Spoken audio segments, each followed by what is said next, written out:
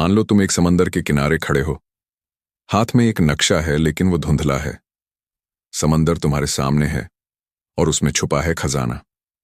लेकिन एक सवाल है, किस दिशा में तैरो, कब तैरो और सबसे जरूरी, कितनी दूर तैरना है। यही हाल होता है एक नए ट्रेडर का।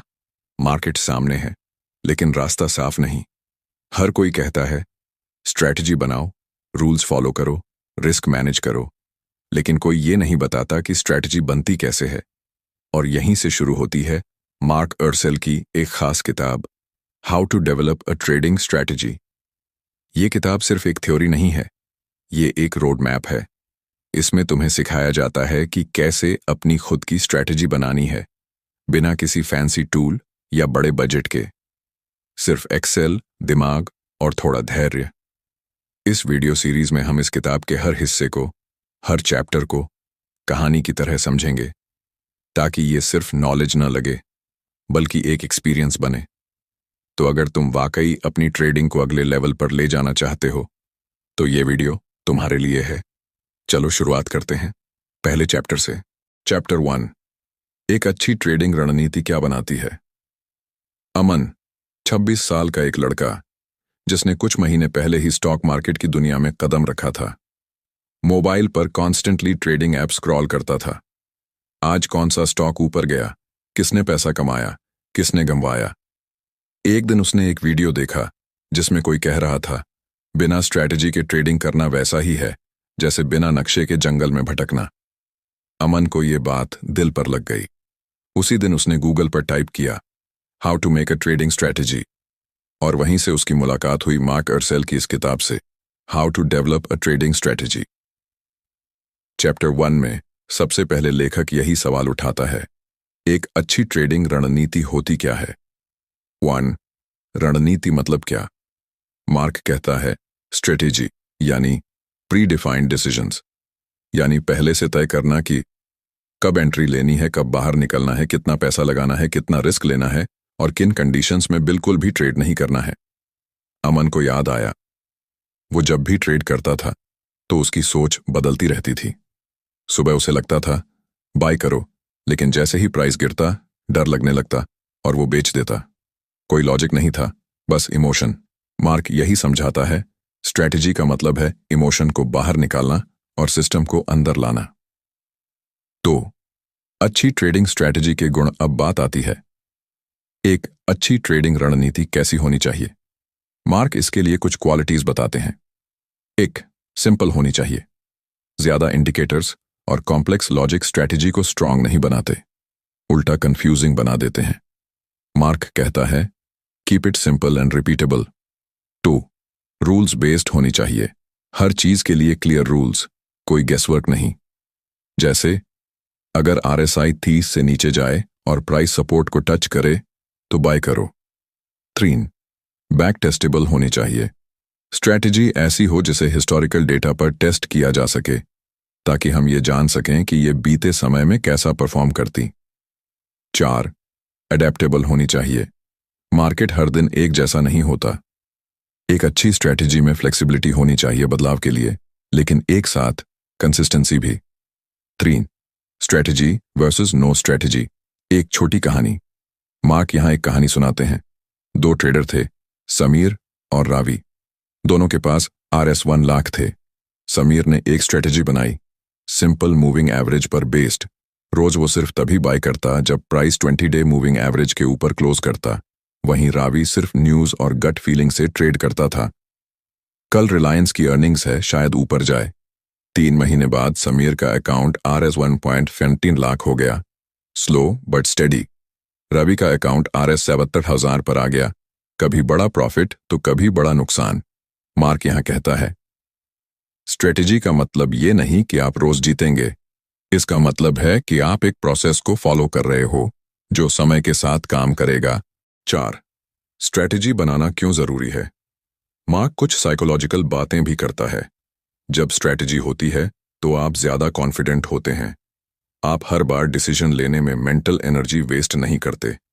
आप ट्रेड के बाद गिल्ट या रिग्रेट से नहीं जूझते, क्योंकि आप रूल बेस्ड डिसीजन लेते हो। अमन को यहां एक बहुत जरूरी बात समझ आई, स्ट्रैटेजी से सिर्फ पैसे नहीं बचते, आपकी मेंटल हेल्थ भी बचती है। 5. स्ट्रैटेजी और रिस्क मैनेजमेंट। एक जोड़ी मार्क बार बार एम्फसाइज करता है कि कोई भी स्ट्रैटेजी रिस्क मैनेजमेंट के बिना अधूरी है। एक ट्रेडर ने उससे पूछा था, अगर मेरी स्ट्रैटेजी 70% एक्यूरेसी दे रही है तो क्या मुझे फुल कैपिटल लगानी चाहिए? मार्क ने जवाब दिया, 70% एक्यूरेसी भी 30% नुकसान लेकर आती है, और वो नुकसान अगर एक बार में बड़ा हो गया तो स्ट्रैटेजी कितनी भी अच्छी हो, कैपिटल उड़ सकता है। इसलिए स्ट्रैटेजी के साथ साथ ये 3 चीजें क्लियर होनी चाहिए। स्टॉप लॉस कहाँ होगा, टारगेट कहाँ होगा, पोजीशन साइज कितनी होगी। 6. स्ट्रैटेजी का उद्देश्य क्या है? मार्क एक बहुत खूबसूरत लाइन कहता है, a strategy is not made to win every trade, it is made to win the game of trading. मतलब कोई स्ट्रैटेजी आंदों में से 100 बार नहीं जीतेगी, लेकिन अगर वो धीरे धीरे कंसिस्टेंट रिटर्न्स दे रही है, लॉसेस कंट्रोल में है और इमोशनल स्टेबिलिटी बनाए रख रही है, तो वो स्ट्रैटेजी सक्सेसफुल है। 7. स्ट्रैटेजी और डिसिप्लिन। सक्सेस का राज अंत में मार्क कहता है, स्ट्रैटेजी तब तक काम नहीं करेगी जब तक आप डिसिप्लिन से उसे फॉलो नहीं करेंगे। यानी कोई स्ट्रैटेजी परफेक्ट नहीं होती। हर स्ट्रैटेजी में ड्रॉडाउन्स आते हैं, लेकिन स्ट्रैटेजी को अबैंडन करना, ट्वीक करना या छोड़ देना सबसे बड़ी गलती होती है। कंसिस्टेंसी और पेशेंस ही अल्टीमेट एज है। अमन की सीख। इस चैप्टर के बाद अमन ने इस चैप्टर से 3 चीजें सीखी। 1. स्ट्रैटेजी बनानी है, सिंपल, रूल बेस्ड और टेस्टेबल। 2. हर ट्रेड से पहले डिसाइड होना चाहिए, why, when, how much. 3. Trading strategy कोई मैजिक ट्रिक नहीं, ये एक डिसिप्लिन है। और फिर उसने एक पेज निकाला और उस पर लिखा, मेरी ट्रेडिंग स्ट्रैटेजी, मैं सिर्फ तब बाय करूंगा जब XYZ कंडीशन मिलेगी। स्टॉप लॉस ये रहेगा, टारगेट ये पोजीशन साइज प्री डिफाइंड होगी और हर शुक्रवार मैं उसका रिव्यू करूंगा। Conclusion. Summary of chapter 1। Mark अर्सेल इस पहले अध्याय में हमें ये सिखाते हैं कि एक अच्छी ट्रेडिंग रणनीति सिंपल होती है, रिपीटेबल होती है, रूल्स पर आधारित होती है, बैक टेस्ट की जा सकती है, रिस्क मैनेजमेंट के साथ आती है और ट्रेडर को इमोशनल स्टेबिलिटी देती है। यानी एक अच्छी स्ट्रैटेजी सिर्फ पैसे नहीं बनाती, कॉन्फिडेंस, क्लैरिटी और कंसिस्टेंसी भी देती है। चैप्टर 2। नई ट्रेडिंग रणनीतियों के लिए विचार कैसे उत्पन्न करें। अमन अपनी पहली स्ट्रैटेजी लिख चुका था, सिंपल मूविंग एवरेज की एक लॉजिक जो उसने यूट्यूब से सीखी थी। पर उसके दिमाग में एक सवाल अब भी घूम रहा था, अगर मुझे खुद से कोई नई स्ट्रैटेजी बनानी हो तो शुरुआत कहाँ से करूं? क्योंकि किताबें तो सब स्ट्रैटेजी सिखाती हैं, लेकिन अपनी स्ट्रैटेजी खुद बनाना, वो तो जैसे नई भाषा सीखने जैसा लगता है। मार्क अर्सेल की किताब का चैप्टर 2 यहीं से शुरू होता है कि कैसे एक ट्रेडर अपने दिमाग से नई स्ट्रैटेजी के आइडियाज पैदा कर सकता है, और ये प्रोसेस क्रिएटिविटी से ज्यादा क्यूरियोसिटी पर आधारित है। स्ट्रैटेजी का आइडिया कहाँ से आता है? मार्क कहता है, idea is not magic, it's logic pulse observation. यानी ट्रेडिंग स्ट्रैटेजी का आइडिया कोई इंस्पिरेशन से नहीं आता, वो आता है ऑब्जर्वेशन से, मार्केट को ध्यान से देखने से। एग्जाम्पल, अगर आप बार बार देखते हो कि जब मार्केट गैप अप होता है तो अक्सर सुबह के 15 मिनट में थोड़ा नीचे जाता है और फिर दोबारा ऊपर चढ़ता है, तो ये एक पैटर्न है और पैटर्न डिटर्न्स आइडिया। अमन ने सोचा, हर दिन मैं मार्केट देखता हूं लेकिन कभी लिखा नहीं कि क्या रिपीट हो रहा है। मार्क यहां एक पावरफुल हैबिट की सलाह देता है, एक ट्रेडिंग जर्नल रखो जिसमें तुम सिर्फ आइडियाज लिखो, लॉजिक नहीं, बस ऑब्जर्वेशन। 2. कहानियों से आइडिया। मार्क बताता है कि आप दूसरे ट्रेडर्स की कहानियों, YouTube videos, Reddit discussions, Twitter threads और न्यूज आर्टिकल्स से भी स्ट्रैटेजी के बीच पा सकते हो। लेकिन याद रहे, आइडिया चुराओ नहीं, उसे इवॉल्व करो। अमन को एक बार यूट्यूब पर एक स्ट्रैटेजी दिखी थी, bank Nifty reversal after first 30 minutes range breakout. उसने तब सिर्फ सुना और छोड़ दिया, लेकिन अब उसने वो वीडियो फिर से देखा, पॉज किया और नोट्स लिए।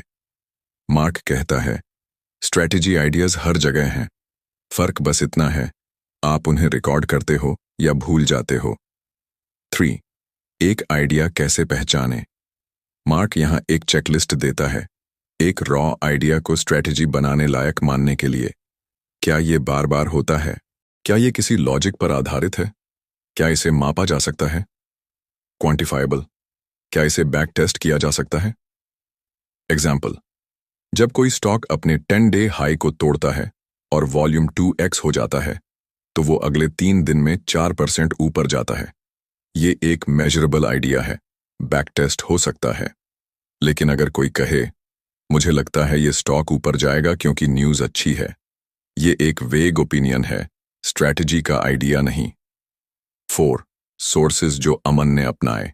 मार्क अर्सेल कुछ प्रैक्टिकल सोर्सेज भी सुझाता है जहां से अच्छे स्ट्रैटेजी आइडियाज मिल सकते हैं। प्राइस एक्शन पैटर्न्स जैसे pin bar, engulfing, inside bar indicators जैसे RSI, MACD crossovers, Bollinger bounce events जैसे earnings reports, Fed announcements, stock splits, time based patterns जैसे Monday gap up behaviour, expiry day trends, volume behaviour जैसे sudden spike on breakout candles. Aman ने खुद के लिए एक Excel sheet बनाई जिसमें उसने देखा, क्या हर गुरुवार को बैंक निफ्टी में ज्यादा वॉलेटिलिटी होती है? क्या रिलायंस में जब 5 मिनट का वॉल्यूम एवरेज से 3 गुना होता है तो अगली 10 कैंडल्स में मूव आता है? अब वो सिर्फ देख नहीं रहा था, वो ऑब्जर्व कर रहा था। 5. रियल लाइफ एनालॉजी, शेफ वाली कहानी। मार्क यहाँ एक शानदार एनालॉजी देता है। एक अच्छा शेफ नए डिशेस ऐसे नहीं बनाता कि अचानक दिमाग में कुछ आ जाए। वो इंग्रेडिएंट्स को ऑब्जर्व करता है, टेस्ट एक्सप्लोर करता है, बार बार एक्सपेरिमेंट करता है, फिर एक दिन एक कॉम्बिनेशन काम कर जाता है। Same with trading strategies. Idea armed एक इंग्रेडिएंट स्ट्रेटजी, एक रेसिपी। हर आइडिया एक छोटी ईंट है और स्ट्रेटजी उस ईंटों से बना एक मकान। 6. ऑब्जर्वेशन टू हाइपोथेसिस, सोच को सिस्टम में बदलना। मार्क एक 3 स्टेप मॉडल देता है। 1. ऑब्जर्वेशन, मैंने देखा कि XYZ अक्सर होता है। 2. हाइपोथेसिस, मुझे लगता है कि जब A होता है और B साथ होता है तब C होता है। 3. टेस्ट, आइए देखें पिछले 100 बार जब ऐसा हुआ तब क्या हुआ। अमन ने लिखा, जब कोई स्टॉक अपने 5-डे हाई को तोड़ता है और उसी दिन वॉल्यूम बढ़ता है तो अगले दिन भी मोमेंटम रहता है। अब ये सिर्फ सोचना नहीं था, ये रिसर्च बन रहा था। 7. बार बार फेल हो रहा है। ठीक है, मार्क बार बार एक बात दोहराते हैं, every failed idea is progress because it teaches you what doesn't work. यानी अगर तुमने कोई हाइपोथेसिस बनाई और बैक टेस्ट में वो फेल हो गई तो तुम लूजर नहीं, एक स्टेप आगे बढ़ गए। अमन ने कहा, मुझे 3 ऐसे आइडियाज मिले जो फेल हो गए, लेकिन अब मैं जानता हूं कि कौन से सिग्नल नॉइज हैं। 8. पैटर्न बनाम इल्यूजन, सावधान रहो। मार्क एक चेतावनी देता है, हर बार जो दिख रहा है वो पैटर्न नहीं होता, कई बार वो एक कोइंसिडेंस होता है। एग्जाम्पल, पिछले 3 मंगलवार को बैंक निफ्टी नीचे गया, इसका मतलब ये नहीं कि हर मंगलवार ऐसा होगा। तभी मार्क कहता है, test every idea, trust only data. 9. Idea generation को आदत बनाओ। मार्क अंत में कहता है, हर हफ्ते कम से कम 3 नए आइडिया जनरेट करो, उनमें से 2 फेल होंगे, एक रिफाइन होगा और हर 10वें हफ्ते शायद एक डायमंड मिलेगा। अमन ने तय किया, हर रविवार वो 30 मिनट सिर्फ मार्केट बिहेवियर को देखेगा, चार्ट्स, वॉल्यूम, न्यूज और कम से कम 3 रफ आइडियाज नोट करेगा। चैप्टर 2 की सीख, समरी। 1. स्ट्रैटेजी आइडियाज इंस्पिरेशन से नहीं, ऑब्जर्वेशन से आते हैं। 2. हर बार चार्ट्स देखने के बाद नोट्स लेना शुरू करो। 3. यूट्यूब, रेडिट, ट्विटर सिर्फ कंटेंट के लिए नहीं, रिसर्च के सीड्स के लिए यूज करो। 4. हर आइडिया को एक हाइपोथेसिस की तरह टेस्ट करो। 5. फेल होना गलत नहीं, बिना ऑब्जर्व किए ब्लाइंडली ट्रेड करना गलत है। 6. स्ट्रैटेजी का आइडिया मेजरेबल और बैक टेस्टेबल होना चाहिए। अंत में अमन की नई आदतें। इस चैप्टर के बाद अमन ने अपनी एक नई आदत शुरू की, आइडिया संडेज, जहां वो चार्ट्स, इवेंट्स और पैटर्न्स से नए ट्रेडिंग आइडियाज निकालता और उन्हें एक एक्सेल में कलेक्ट करता। मार्क अर्सेल की ये बात उसके दिमाग में छप गई।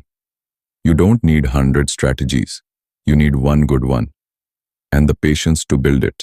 चैप्टर 3, रणनीति बनाने के लिए आवश्यकताएं। अब अमन के पास कुछ रफ स्ट्रैटेजी आइडियाज थे।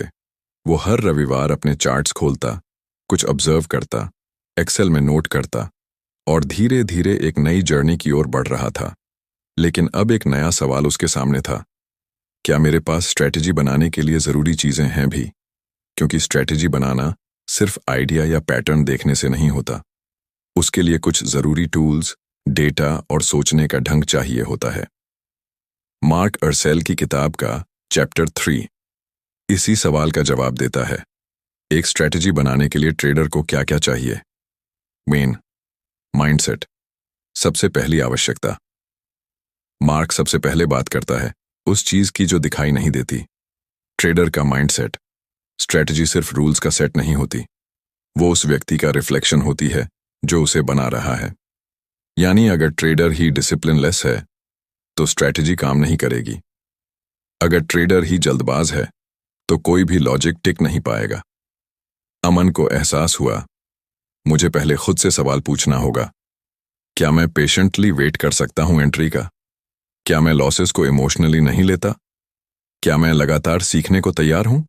मार्क माइंडसेट को 3 क्वालिटीज में डिवाइड करता है। क्यूरियोसिटी, मैं ये क्यों कर रहा हूं? डिसिप्लिन, मैं सेम रूल्स हर बार फॉलो कर सकता हूं। ह्यूमिलिटी, मैं मानता हूं कि मेरी स्ट्रैटेजी गलत हो सकती है। 2. डेटा, बिना डेटा के स्ट्रैटेजी नहीं।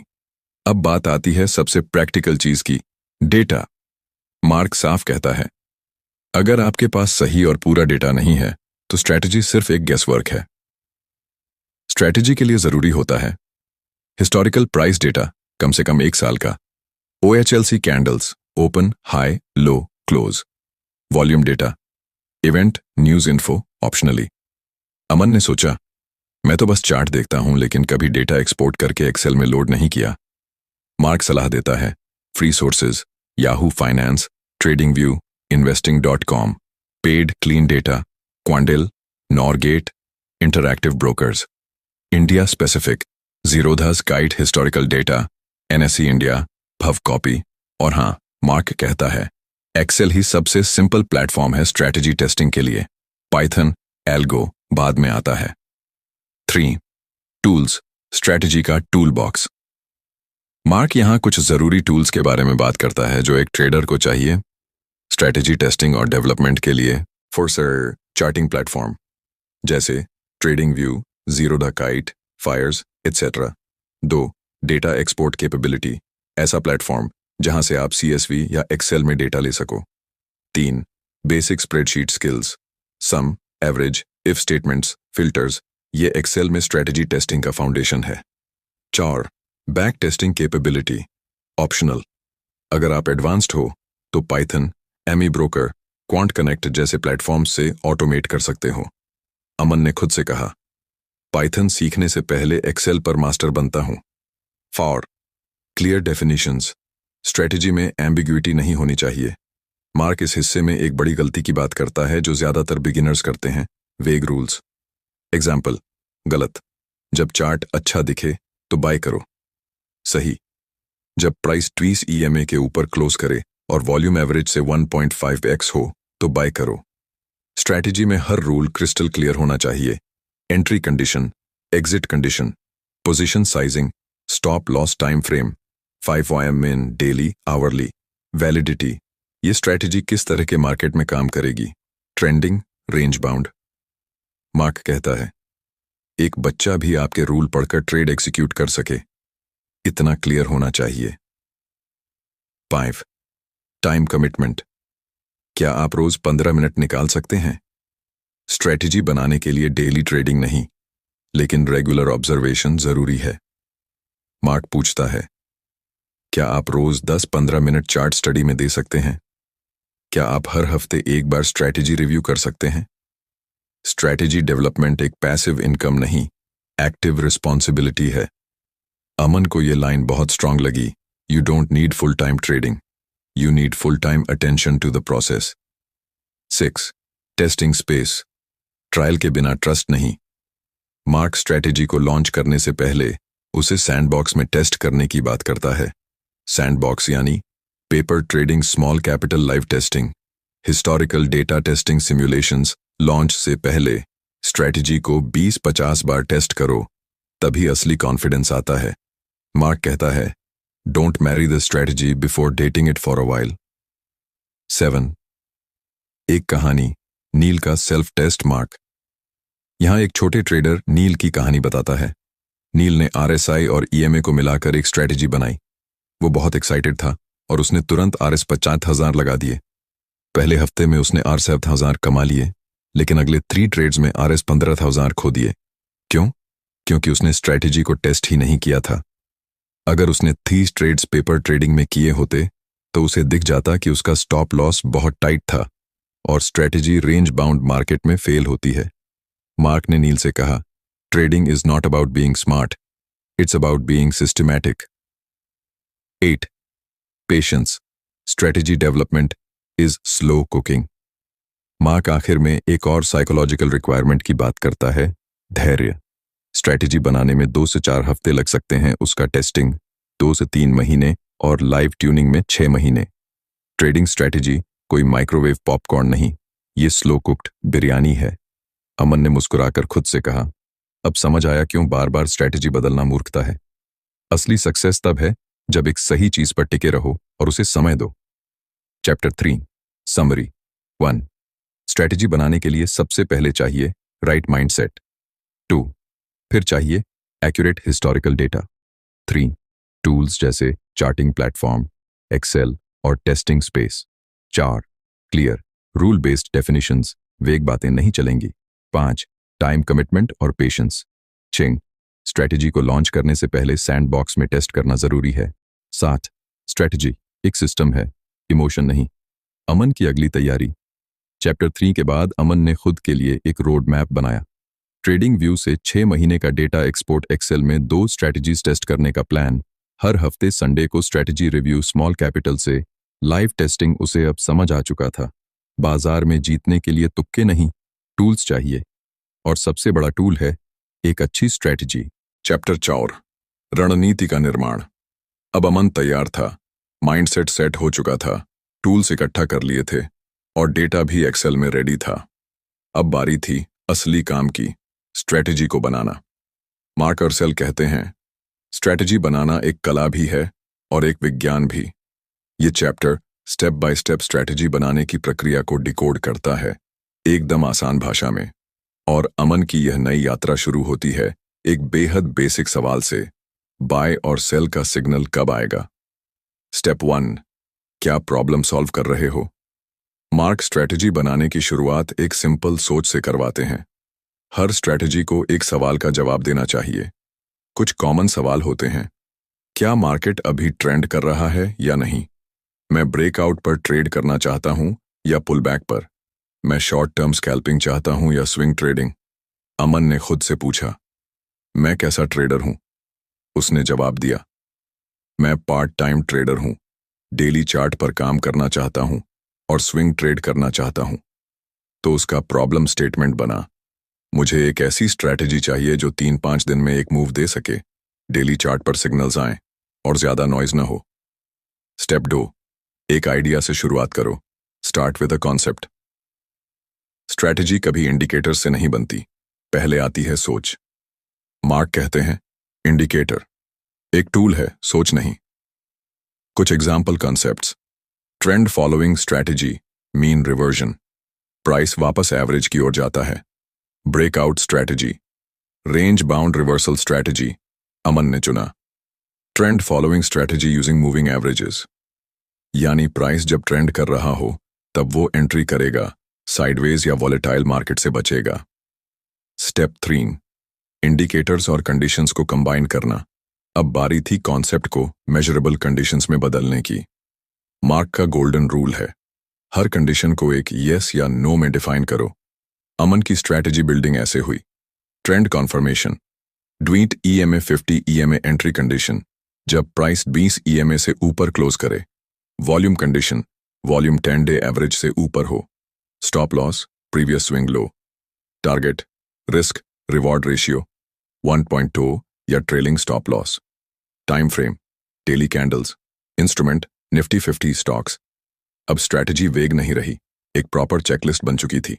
स्टेप 4, एंट्री और एग्जिट को एग्जैक्ट बनाओ। मार्क इस पार्ट में क्लैरिटी की बात करते हैं। एंट्री और एग्जिट वेग होंगे तो आपका दिमाग खुद सिग्नल बना लेगा और यही लॉस की वजह बनेगा। एंट्री का एग्जाम्पल, अमन की स्ट्रैटेजी में जब प्राइस 20 EMA के ऊपर क्लोज करे और उस दिन का वॉल्यूम पिछले 10 दिनों के औसत से 20% ज्यादा हो और RSI 55 हो। एग्जिट का एग्जाम्पल, जब प्राइस प्रीवियस स्विंग लो को तोड़े, स्टॉप लॉस, या जब 1.2 टारगेट मिल जाए या 10 EMA क्रॉस अंडर करे 20 EMA को, trend reversal.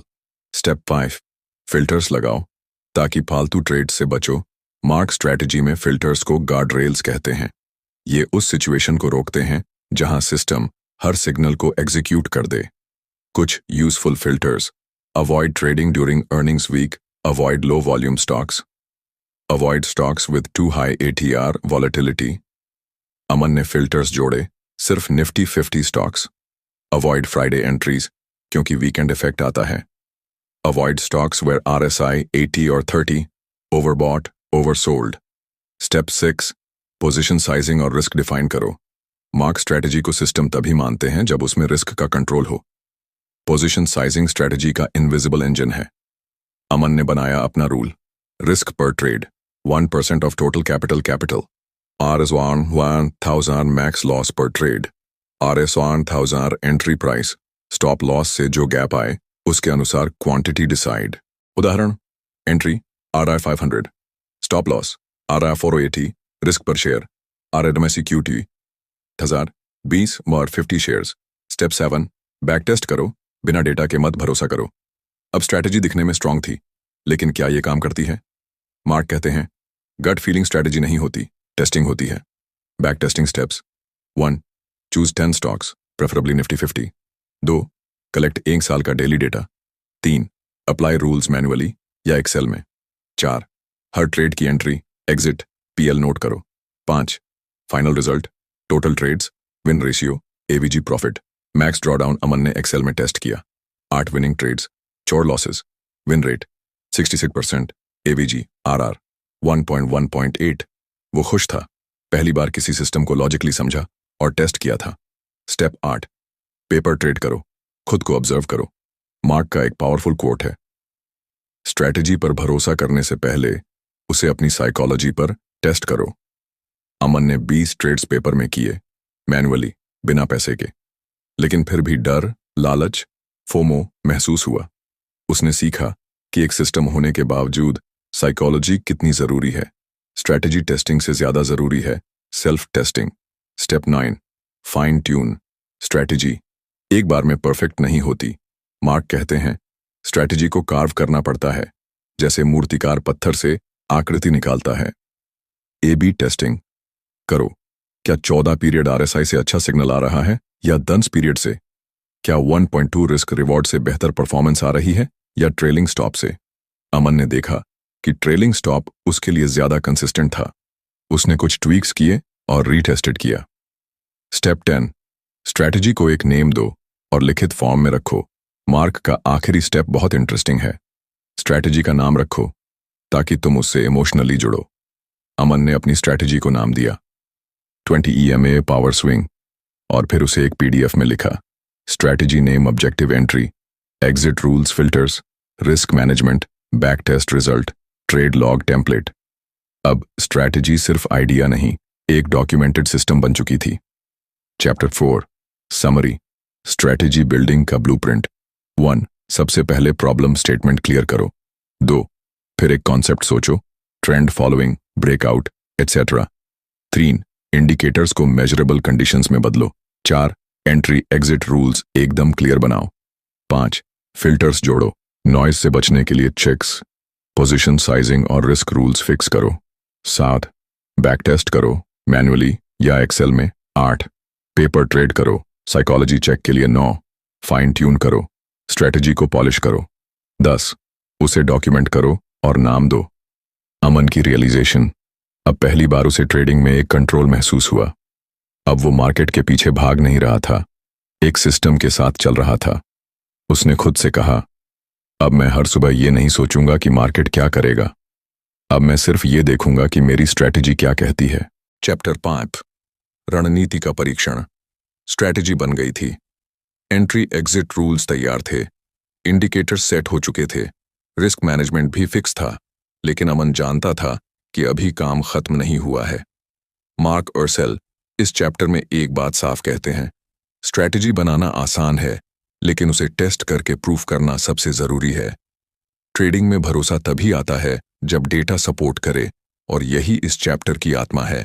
Back testing forward testing scene 1, doubt versus data. Aman की पहली इंस्टिंक्ट थी, चलो स्ट्रैटेजी को रियल पैसे से ट्राई करते हैं, लेकिन उसके मेंटोर ने उसे रोका। ट्रेडिंग स्ट्रैटेजी पर तब तक पैसे मत लगाओ जब तक वो पास्ट में काम कर चुकी हो। तभी अमन को याद आया मार्क की वो लाइन, बैक टेस्टिंग से हम पास्ट में जाकर ये चेक करते हैं कि हमारी स्ट्रैटेजी इतिहास में कैसे परफॉर्म करती। अब शुरू होती है स्ट्रैटेजी टेस्टिंग की यात्रा। स्टेप 1, बैक टेस्टिंग क्या होता है? मार्क इसे एक डिटेक्टिव की तरह देखने को कहते हैं। बैक टेस्टिंग मतलब आप एक इन्वेस्टिगेटर हैं और आप पता लगा रहे हैं कि अगर आपने ये स्ट्रैटेजी पिछले साल इस्तेमाल की होती तो क्या होता। इसमें 2 तरीका होता है। 1, मैनुअल बैक टेस्टिंग, खुद चार्ट्स देख के सिग्नल्स ढूंढना। 2, automated back testing, Python, trading view या एक्सेल फॉर्मूला से अमन बिगिनर था तो उसने पहले मैनुअल तरीका चुना। स्टेप 2, क्या चाहिए टेस्टिंग के लिए? Tools, daily chart data, past 2 साल का, एक्सेल शीट इंडिकेटर्स जैसे BCMA, RSI, कैलकुलेटर और patience parameters, entry price, exit price, stop loss, target date of entry, exit profit loss. Reason for entry exit Aman ने खुद के लिए एक एक्सेल टेम्पलेट बनाया जिसमें हर ट्रेड की डिटेल भरनी थी। Step 3, manual back testing. Aman का पहला मिशन स्टॉक चुना, TCS time frame, daily chart strategy, 20 EMA power swing. Aman ने पिछले 12 महीनों के कैंडल्स देखे। जहां जहां प्राइस ने 20 EMA के ऊपर क्लोज किया और RSI पर 5 था, उसने एंट्री मानी। उदाहरण, trade 1, entry date 5 March, entry price RS30 200, stop loss RS30 100, target R90 400, exit date 10 March, exit price RS30 380, result plus RS 119 पर शेयर, स्टेटस विन। ऐसे ही उसने 25 ट्रेड्स रिकॉर्ड किए। Step 4, result analysis.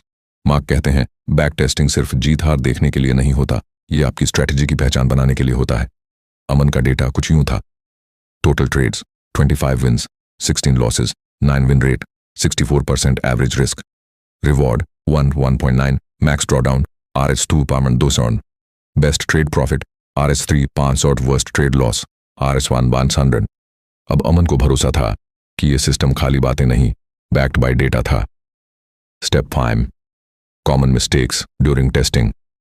Mark warns, back testing में सबसे बड़ी गलती होती है हाइंडसाइट बायस, यानी जब हम रिजल्ट देखकर ये मान लेते हैं कि हमें पहले से पता था कि प्राइस ऊपर जाएगा। इससे स्ट्रैटेजी गलत तरीके से पॉजिटिव दिखती है। अमन ने अपनी टेस्टिंग में स्ट्रिक्टली रूल्स फॉलो किए, कोई गेसवर्क नहीं। हर ट्रेड उसी लॉजिक से लिया गया जो स्ट्रैटेजी में लिखा था। Step 6, forward testing. Live market में बिना पैसे के अब बारी थी स्ट्रैटेजी को लाइव मार्केट में ऑब्जर्व करने की। मार्क इसे कहते हैं जैसे रिहर्सल स्टेज शो से पहले होता है, रियल एनवायरनमेंट बिना रियल पैसे के। फॉरवर्ड टेस्टिंग के रूल्स, डेली मार्केट ऑब्जर्व करो, स्ट्रैटेजी अप्लाई करो जैसे असली पैसे लगा रहे हो, एंट्री एग्जिट नोट करो, रिजल्ट एक्सेल में भरते रहो। 20-30 ट्रेड्स तक कंसिस्टेंसी देखो। अमन ने किया 30 ट्रेड्स फॉरवर्ड टेस्टिंग में और रिजल्ट काफी हद तक मैच हुए। Win rate 60%, AVG RR 1.2.1। इसने उसे और कॉन्फिडेंट बना दिया। स्टेप 7, क्या स्ट्रैटेजी ट्रस्टवर्दी है? Final checklist. मार्क एक चेकलिस्ट देते हैं जो हर स्ट्रैटेजी को पास करनी चाहिए। विन रेट 50% या उससे ज्यादा, AVG रिस्क रिवॉर्ड 1.5 या ऊपर, मैक्स ड्रॉडाउन एक्सेप्टेबल है, कंसिस्टेंसी है ओवर टाइम, माइंडसेट कंट्रोल हो रहा है या नहीं। अमन की स्ट्रैटेजी ने हर पॉइंट पास कर लिया था। स्टेप 8, स्ट्रैटेजी को रिफाइन करना। फाइन ट्यूनिंग टेस्टिंग के बाद अगला कदम होता है स्ट्रैटेजी को और बेहतर बनाना। मार्क बताते हैं फाइन ट्यूनिंग का मतलब स्ट्रैटेजी को स्मार्ट बनाना, न कि ओवरफिट करना। एग्जाम्पल, क्या RSI थ्रेशोल्ड 55 की जगह 50 हो तो ज्यादा सिग्नल्स मिलते हैं। क्या 20 ईएमए की जगह 21 ईएमए ज्यादा स्टेबल है? क्या स्टॉप लॉस फिक्स करने की बजाय स्विंग लो पे रखने से रिजल्ट बेहतर है? अमन ने 3 अलग अलग वेरिएशंस टेस्ट किए और बेस्ट वर्जन को फाइनल किया। बोनस टिप, स्ट्रैटेजी लॉग रखो। मार्क कहते हैं, स्ट्रैटेजी टेस्टिंग का एक परमानेंट लॉग बनाओ ताकि फ्यूचर में रिविजिट कर सको। अमन ने बनाया 20 EMA power swing back test log.xlsx, live forward test log.xlsx, tweaked version test report.docx। अब स्ट्रैटेजी सिर्फ एक आइडिया नहीं थी, एक टेस्टेड डॉक्यूमेंटेड वेपन बन चुकी थी। चैप्टर समरी, स्ट्रैटेजी टेस्टिंग की कहानी। Winged back testing, past data पर स्ट्रैटेजी टेस्ट करना। दो, मैनुअल टेस्टिंग, खुद सिग्नल्स निकालना, एक्सेल में भरना। 3, result analyse, win rate, RR, drawdown देखना। 4, अवॉइड बायस, रिजल्ट देखकर गेसवर्क मत करना। 5, फॉरवर्ड टेस्टिंग, लाइव मार्केट में बिना पैसे के ट्रायल। 6, फाइन ट्यूनिंग, छोटा छोटा सुधार, ओवरफिटिंग से बचना। 7, डॉक्यूमेंटेशन, हर टेस्ट का रिकॉर्ड रखना। अमन की सोच बदली। पहले वो हर स्ट्रेटेजी यूट्यूब से उठाता था, आज वो अपनी स्ट्रेटेजी बना चुका था, टेस्ट कर चुका था और भरोसा भी पा चुका था। अब मार्केट की हर आवाज से ज्यादा भरोसा उसे अपने डेटा पर था। चैप्टर 6, साइकोलॉजी और स्ट्रैटेजी एग्जीक्यूशन। स्ट्रैटेजी बनाना आसान था, टेस्टिंग भी हो गई, रिजल्ट्स भी प्रॉमिसिंग थे। लेकिन जब अमन ने लाइव मार्केट में असली पैसे से ट्रेडिंग शुरू की तो एक अजीब चीज हुई। स्ट्रैटेजी काम कर रही थी लेकिन ट्रेड्स फेल हो रहे थे। सीन 1, स्ट्रैटेजी फेल नहीं हुई थी, अमन की माइंडसेट फेल हो गई थी। अमन ने हर बार एंट्री अपने रूल्स के मुताबिक ली, लेकिन कभी डर के कारण जल्दी एग्जिट कर गया, कभी ग्रीड में आकर स्टॉप लॉस बड़ा कर दिया। एग्जाम्पल 1, एक दिन मार्केट में टीसीएस सिग्नल दिया, एंट्री आर्स 3 मार्ट 200 पर थी, स्टॉप लॉस आर्स 3 100 और टारगेट आर्स 3 400, प्राइस आर्स 3 280 तक गया। अमन ने घबरा कर एग्जिट कर लिया, डर था कि कहीं प्रॉफिट चला ना जाए। 2 दिन बाद वही स्टॉक आर्स 3 450 पहुंचा। स्ट्रैटेजी ने सही सिग्नल दिया था, माइंडसेट ने गड़बड़ की। मार्क और सेल कहते हैं, great strategies don't fail, traders do. Strategy execute करना एक मेंटल गेम है और यही चैप्टर 6 की आत्मा है। ट्रेडिंग स्ट्रैटेजी को एग्जीक्यूट करने के लिए सही मानसिकता और डिसिप्लिन कैसे बनाएं। स्टेप 1, एग्जीक्यूशन गैप को समझो। एग्जीक्यूशन गैप वो दूरी है जो स्ट्रैटेजी के लॉजिक और ट्रेडर के रियल एक्शंस के बीच होती है। स्ट्रैटेजी कहती है होल्ड करो, ट्रेडर्स माइंड डरता है और एग्जिट कर देता है। स्ट्रैटेजी कहती है लॉस काटो, माइंड उम्मीद करता है और लॉस बढ़ाता है। मार्क इसे एग्जीक्यूशन डेफिसिट कहते हैं और इसे ओवरकम करना ही असली मास्टरी है। सीन 2, अमन का इमोशनल लॉग। अमन ने एक नई हैबिट शुरू की, हर ट्रेड के बाद खुद से पूछता, मैंने रूल के मुताबिक ट्रेड लिया, एग्जिट सही टाइम पर किया, इमोशन इन्वॉल्व्ड था क्या, स्ट्रैटेजी को तोड़ा या फॉलो किया। धीरे धीरे उसे समझ आया कि कई बार लॉसेस स्ट्रैटेजी के नहीं, उसके खुद के इमोशन के कारण थे। स्टेप 2, जर्नल बनाओ। इमोशनल और एग्जीक्यूशन दोनों मार्क स्ट्रांगली रेकमेंड करते हैं कि हर ट्रेडर को 2 तरह की जर्नल्स रखनी चाहिए। Pen, technical journal entry, exit, stop loss, profit loss, chart screenshot. 2, emotional journal, trade लेते वक्त कैसा फील किया, कोई डर, लालच, घबराहट थी, क्या माइंडसेट ने स्ट्रैटेजी को बदल दिया। अमन ने 2 कॉलम्स बनाए, rule based decision, yes no emotion, influenced, yes no result. जब उसने 20 लूजिंग ट्रेड्स देखे, 12 में उसका खुद का इमोशन जिम्मेदार था। स्टेप 3, स्ट्रैटेजी पर भरोसा कैसे रखें। मार्क बताते हैं कि ट्रेडर्स अक्सर तब स्ट्रैटेजी से भटकते हैं जब 2-3 लॉसेस होते हैं। उनका मंत्रा, स्ट्रैटेजी पर भरोसा तभी बनेगा जब आपने उसे टेस्ट किया हो और उसे जर्नल के जरिए ट्रैक किया हो। अमन का डेली रिचुअल, हर सुबह अपने स्ट्रैटेजी रूल्स पढ़ना, खुद को रिमाइंड करना कि ये डेटा बैक्ड है, बस रूल्स फॉलो करने हैं, रिजल्ट की चिंता नहीं। Step 4, over confidence versus fear. Mark लिखते हैं, स्ट्रैटेजी की एक बड़ी दुश्मन है ओवर कॉन्फिडेंस और दूसरी है फियर। ओवर कॉन्फिडेंस, 3 ट्रेड्स जीतते ही ट्रेडर रूल तोड़ देता है, सोचता है अब मुझे मार्केट समझ आ गया। फियर, 2 लॉसेस के बाद स्ट्रैटेजी छोड़ देता है, सोचता है शायद ये काम नहीं कर रही। अमन ने एक मंत्र बनाया, मैं एक सोल्जर हूं, मेरा काम है आदेश का पालन, स्ट्रैटेजी मेरे आदेश हैं। सीन 3, सिस्टम ट्रेडर की मानसिकता। मार्क कहते हैं, आपको डिस्क्रेशनरी ट्रेडर नहीं, सिस्टम ट्रेडर बनना है। हर ट्रेड एक सिस्टम की तरह होना चाहिए, इमोशन नहीं, एग्जीक्यूशन से चलना चाहिए। सिस्टम ट्रेडर हर बार एक जैसे रूल फॉलो करता है, रिजल्ट को पर्सनली नहीं लेता, आउटकम से ज्यादा प्रोसेस पे फोकस करता है। अमन ने खुद को अमान बॉट 2.0 कहना शुरू किया, एक रोबोट जो बस रूल्स फॉलो करता है। स्टेप 5, स्ट्रैटेजी का फेथ कैसे बढ़ाएं। मार्क सजेस्ट करते हैं कि ट्रेडर्स को खुद से बातें करनी चाहिए, जैसे मेडिटेशन, एमान्स माइंड एक्सरसाइजेस। हर ट्रेड का रिजल्ट एक कॉइन टॉस जैसा है, जीत हार को मैं कंट्रोल नहीं कर सकता, सिर्फ एग्जीक्यूशन कर सकता हूं। मेरी स्ट्रैटेजी का काम है एज देना, मेरा काम है उसे लागू करना। फेथ बिल्ड होता है रेपिटेशन और डिसिप्लिन से। स्टेप 6, लूजिंग स्ट्रीक में स्ट्रैटेजी छोड़नी नहीं है। मार्क का एक पावरफुल पॉइंट, स्ट्रैटेजी को मत छोड़ो जब वो काम नहीं कर रही, उसे छोड़ो जब डेटा कहे कि वो काम नहीं कर रही। इमोशनल डिसीजंस, सबसे खतरनाक डिसीजंस। अमान्स रूल, जब तक 30+ ट्रेड्स में मेरी विन रेट 40% से कम नहीं जाती, मैं स्ट्रैटेजी नहीं बदलूंगा। स्टेप 7, विजुअलाइजेशन और सिमुलेशन। मार्क एक पावरफुल टेक्निक बताते हैं, विजुअलाइज करो खुद को काम और फोकस ट्रेडर की तरह।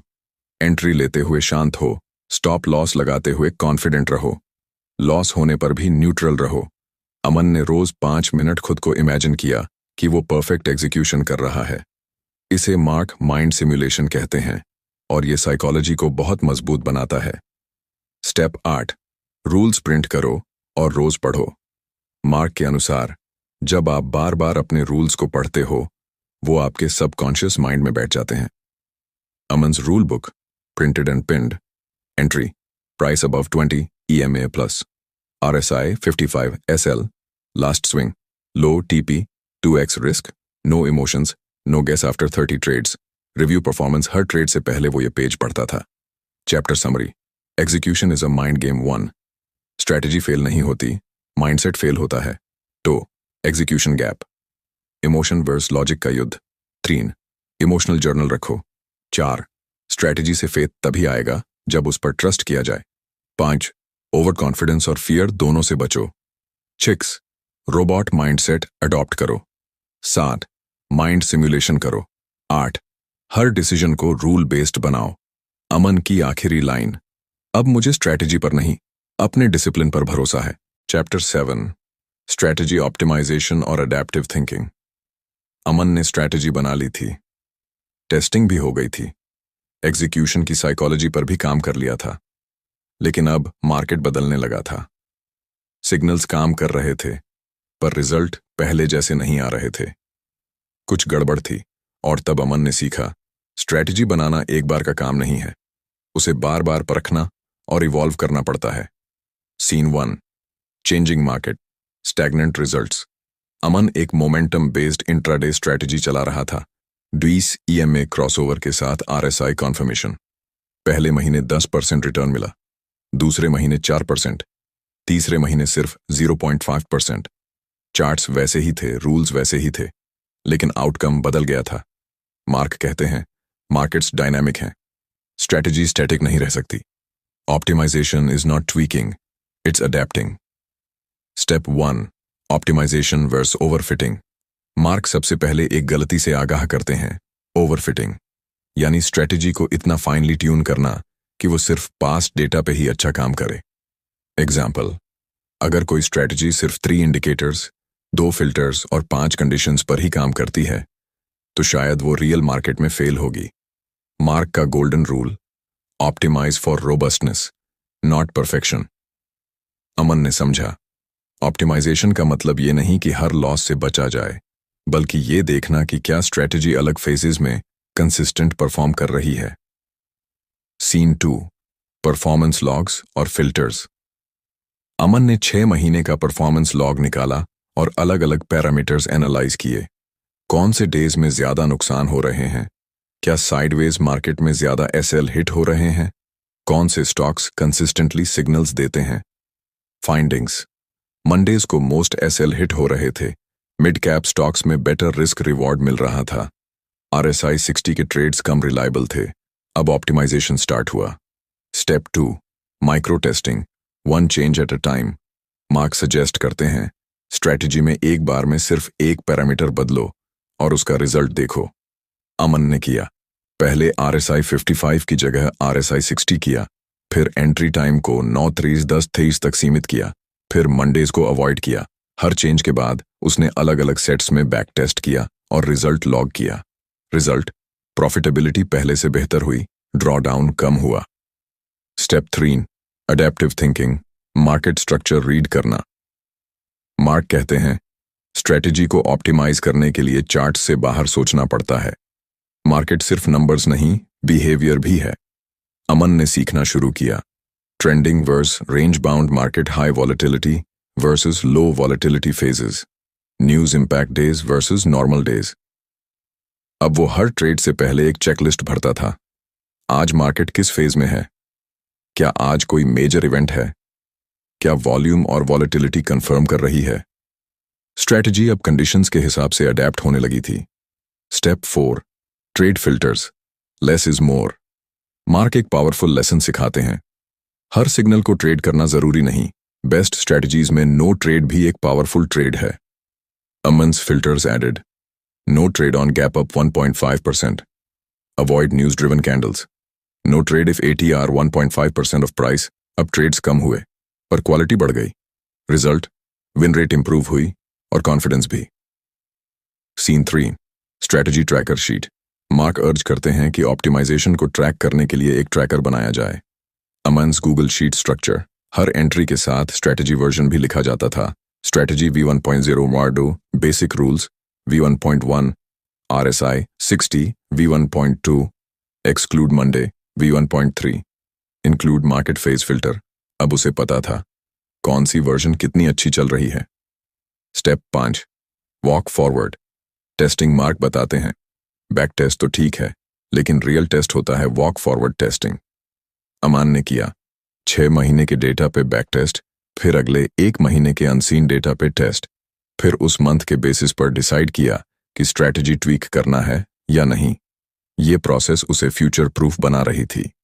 Step 6, partial automation for consistency. Mark suggest करते हैं एग्जीक्यूशन एरर्स ऑप्टिमाइजेशन को किल कर सकते हैं। जितना ऑटोमेट कर सको करो। अमन ने क्या किया? चार्ट टेम्पलेट सेव किए, अलर्ट सेट किए। ट्रेडिंग व्यू पर entry, SL, target formula excel में ऑटो कैलकुलेट किए। मॉर्निंग में 15 माइंड रूटीन फिक्स किया। Market condition check, filter validation signal alert active. Result, execution में कोई इमोशन नहीं, सिर्फ rules. Scene 4, strategy evolves into system. अब अमान की स्ट्रैटेजी एक स्ट्रक्चर बन चुकी थी। हर चीज ट्रैक्ड, टेस्टेड और रिफाइंड थी।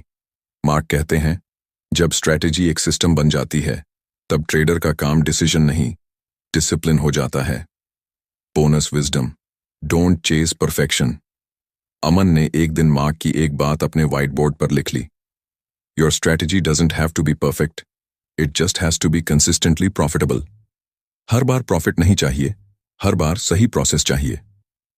चैप्टर समरी, स्ट्रैटेजी, ऑप्टिमाइजेशन और अडेप्टिव थिंकिंग। 1, मार्केट बदलता है, स्ट्रैटेजी को अडेप्ट करना पड़ता है। 2, ओवरफिटिंग से बचो, ज्यादा ट्वीकिंग स्ट्रैटेजी को फ्रैजाइल बना देती है। 3, माइक्रो टेस्टिंग से रियल इंसाइट्स मिलते हैं। 4, फिल्टर्स लगाकर बैड ट्रेड्स से बचा जा सकता है। 5, मार्केट स्ट्रक्चर और कंडीशन को समझो। 6, वॉक फॉरवर्ड टेस्टिंग से रियल टाइम वैलिडेशन करो। 7, ऑटोमेशन और रूटीन से एग्जीक्यूशन को स्ट्रांग बनाओ। 8, एक वर्जन ट्रैकर बनाओ जिससे पता चले क्या काम कर रहा है। 9, परफेक्ट स्ट्रैटेजी का इल्यूजन छोड़ दो, कंसिस्टेंसी इज किंग। अमान की आखिरी लाइन। अब मैं स्ट्रैटेजी चेंज नहीं करता, मैं उसे इवॉल्व करता हूं। चैप्टर 8, रिस्क मैनेजमेंट, प्रॉफिट का सीक्रेट वेपन। प्रॉफिट क्यों नहीं हो रहा? स्ट्रैटेजी काम करती है, फिर भी अकाउंट ग्रो नहीं करता। यही सवाल एक दिन अमन के दिमाग में घूम रहा था। स्ट्रेटेजी ऑप्टिमाइज थी, सिग्नल्स मिल रहे थे, एग्जीक्यूशन भी बढ़िया था, लेकिन पोर्टफोलियो फ्लैट चल रहा था। तब उसने मार्क अर्सेल की किताब का सबसे पावरफुल चैप्टर पढ़ा, रिस्क मैनेजमेंट। सीन 1। जब प्रॉफिट नहीं टिकता, अमन को पिछले 6 महीने में कई बार 10-15% प्रॉफिट हुआ, लेकिन हर बार 102 ट्रेड की वजह से पूरा प्रॉफिट उड़ जाता था। एक दिन उसने अपने पुराने ट्रेड्स का रिव्यू किया। टोटल विनिंग ट्रेड्स 65%, रिस्क पर ट्रेड कभी 8%, कभी 5%, biggest loss 12%, overall account growth 0। फिर उसे समझ आया, मेरे स्ट्रैटेजी से नहीं, मेरे रिस्क से दिक्कत है। स्टेप 1, रिस्क पर trade, the golden ratio. Mark कहते हैं, ट्रेडिंग में सर्वाइवल का मतलब है हर ट्रेड पर लिमिटेड रिस्क लेना। गोल्डन रूल 1 to 2% रूल पर ट्रेड। अमन्स मिस्टेक, कभी इमोशनल होकर पोजीशन साइज बढ़ा देता, तो कभी रिवेंज ट्रेडिंग में एसएल ही नहीं लगाता। अब उसने फिक्स किया, हर ट्रेड में सिर्फ 1.5% capital risk, SL calculation position size के हिसाब से, ऑटो कोई ट्रेड बिना एसएल के नहीं। एग्जाम्पल, मान लो अमन के पास RS1 की कैपिटल है, 1.5% रिस्क, RS1 500 रन पर ट्रेड। अगर एसएल हाइजान RS डन है तो वो 1500 हारा 550 शेयर्स ही खरीदेगा। पहले वो पूरे RS 65,000 लगा देता था, अब सिर्फ कैलकुलेटेड रिस्क के हिसाब से पोजीशन लेता है। स्टेप 2, रिस्क ऑफ रूइन, कैसे बचें खाली अकाउंट से। मार्क एक कॉन्सेप्ट समझाते हैं, रिस्क ऑफ रूइन। अगर आप हर बार बड़े लॉस लेते रहेंगे तो इवेंचुअली पूरा अकाउंट उड़ जाएगा। Risk of ruin depends on win rate, risk पर trade, reward to risk ratio. Aman ने अपनी स्ट्रैटेजी में देखा, win rate 55% AVG, RR 1.8.1, risk पर ट्रेड 1.5%। मार्क की फॉर्मूला के हिसाब से उसका रिस्क ऑफ रूइन बहुत कम था, यानी अब उसका अकाउंट सेफ जोन में था। Step 3, reward to risk ratio, profit की क्वालिटी। मार्क कहते हैं, ग्रेट ट्रेडर सिर्फ विनिंग ट्रेड्स नहीं, हाई RR वाले ट्रेड्स पर फोकस करते हैं। अमन ने एक नई रूल बनाई, no trade unless potential RR on 1.5 मतलब अगर कोई ट्रेड RF 500 रिस्क पर RS 750 या उससे ज्यादा का प्रॉफिट नहीं दे रहा तो वो उस ट्रेड को छोड़ देता। अब उसके हर विनिंग ट्रेड में लॉसेस को कवर करने की पावर थी। Step 4, daily loss limit, trader की लक्ष्मण रेखा। मार्क बताते हैं, रिस्क मैनेजमेंट सिर्फ ट्रेड्स के लिए नहीं, पूरे दिन के लिए भी जरूरी है। अमन ने रूल्स बनाए, max 3 trades per day, max daily loss 4% of capital. अगर 2 continuous loss, no further trading. Result, अब वो इमोशनल स्पाइरल में नहीं फंसता, हर दिन का कैपिटल रिस्क लिमिट में होता। सीन 2, जब अमन का सबसे बड़ा नुकसान टल गया, एक दिन मार्केट में बड़ा न्यूज इवेंट आया। वॉलेटिलिटी बहुत तेज थी, सिग्नल मिला, लेकिन एसएल भी बहुत वाइड था। अमन ने रूल चेक किया, SL RS 20, risk 8, RS 500, QTY और 75, लेकिन उसे RR सिर्फ 8.1 दिखा। उसने ट्रेड अवॉइड किया। मार्केट ने एसएल हिट किया और वो बच गया। पहले वो ट्रेड करता, अब वो सोचता है। Step 5, equity curve monitoring, capital की हार्ट बीट। मार्क सजेस्ट करते हैं, अपनी इक्विटी कर्व को मॉनिटर करो और उस पर स्ट्रैटेजीज अप्लाई करो। अमान ने एक एक्सेल शीट बनाई, green zone Aman growth phase, red zone draw down rule, red zone में ट्रेडिंग क्वांटिटी घटाओ, ग्रीन जोन में ही स्केल अप करना। अब उसने इमोशनल एक्सपोजर से खुद को बचा लिया था। स्टेप 6, स्केलिंग स्ट्रैटेजी, रिस्क से ग्रोथ तक का सफर। मार्क कहते हैं, स्केलिंग जरूरी है, लेकिन सिर्फ तब जब आपका स्ट्रैटेजी और रिस्क कंट्रोल दोनों प्रूवन हो। अमन्स स्केलिंग रूल्स, आरिफ खान का 60,000 कैपिटल पर 1.5% रिस्क, R1 का 50,000 कैपिटल पर 1.2% रिस्क, R2 1000 पर 1% रिस्क। लेकिन लॉट साइज ज्यादा, अब कैपिटल बढ़ा, रिस्क पर ट्रेड सेम रहा, लेकिन प्रॉफिट्स ज्यादा हुए। Bonus insight, position sizing is a weapon. Risk सिर्फ एसएल लगाने से कंट्रोल नहीं होता, पोजीशन साइजिंग ही असली कंट्रोल है। मार्क बताते हैं, स्मॉल लॉट, स्मार्ट स्टॉप, यही है लॉन्ग टर्म सक्सेस का रास्ता। अमन ने भी अब हर ट्रेड में पहले साइज डिसाइड करना शुरू किया, फिर एंट्री और एग्जिट।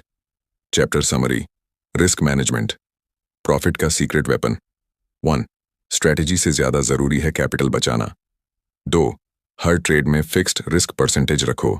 3. हाई आरआर ट्रेड्स को ही चूज करो। 4. डेली लॉस लिमिट्स बनाओ और स्ट्रिक्टली फॉलो करो। 5. पोजीशन साइज को फॉर्मूला से कैलकुलेट करो। 6. इक्विटी कर्व को रेगुलरली ट्रैक करो। 7.